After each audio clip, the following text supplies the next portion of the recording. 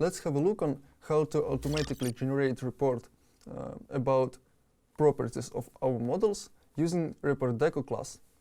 We start with all important imports. Then we define some constants that we'll use for training and data processing, and process the data. We'll use dataset for binary classification task, which looks as following.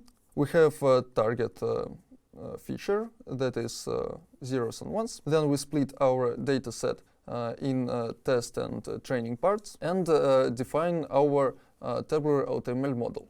We start with defining task class. It's a binary classification task, so we choose binary.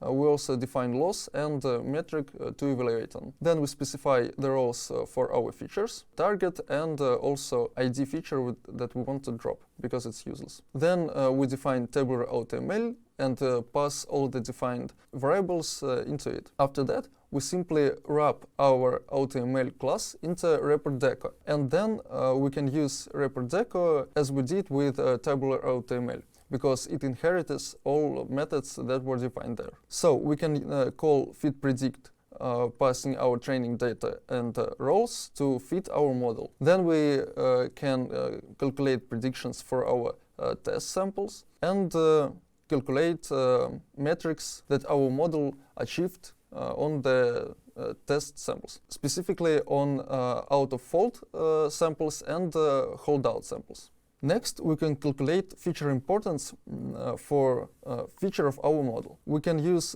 two methods for it. One is called fast, because it calculates importance based on parameters of trained model, and it looks as follows. And also there is another one that is called accurate, because it computes more accurate predictions that are based on permutation importance. But also it takes a bit more time. And the importance looks like this. We can see that there are two features which are the most important for our model. Let's now have a look on reports that were generated by our ReportDeco class. They're all looks like this. So we have four main sections.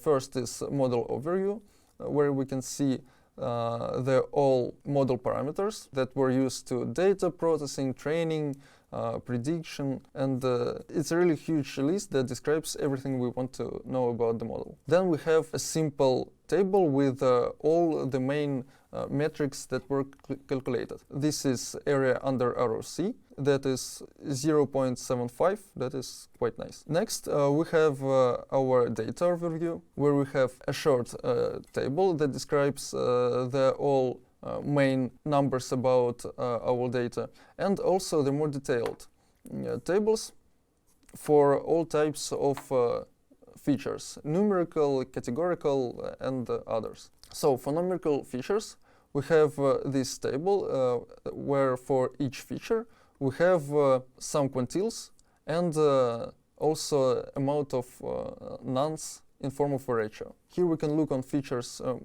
in details and say if anything is wrong with it. Here are categorical features. Interesting thing about this table is that for some features, for some features we can see that some of them have a large number of classes, for example this one, and it can explain as following. This feature is numerical, and we can see here is the least frequent value, so it's numerical, and LAMA automatically assign it to categorical features and divides it into many different classes. In this way, LAMA receives the best performance, so it does as follows. If we want to, we can assign this feature explicitly to numerical if we don't want the feature that has this many classes. Otherwise, it will be like this. Next, we have data features that are not presented in our dataset, and textual features also.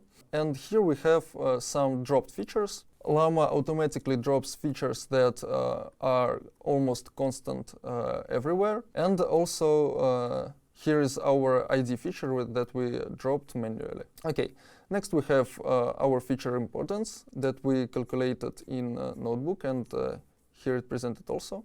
And the more detailed model results. Here is area under ROC.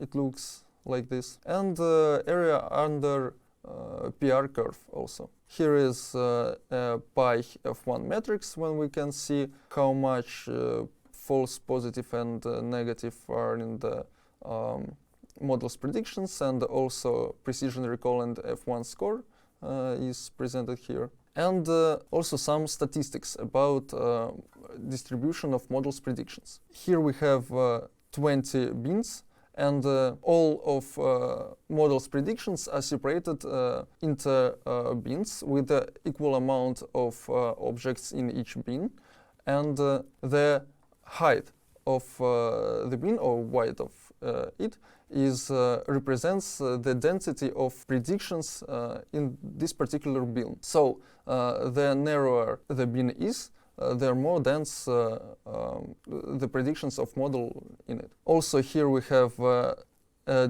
distribution of logits for positive class and negative. It is not written here, but the red one is for negative class and the green one is positive. And also we have this table that represents the plot above this one. So it's tabular representation of this plot. That's let's have a look on the same report for regression task. Here, these three first sections are the same as for binary classification, but detailed model results is a bit different. So here we can see a distribution of models predictions and target values, and we can compare these distributions and see that they're quite similar, so everything is fine here. Also we have error histogram that shows predicted values minus ground truth values, and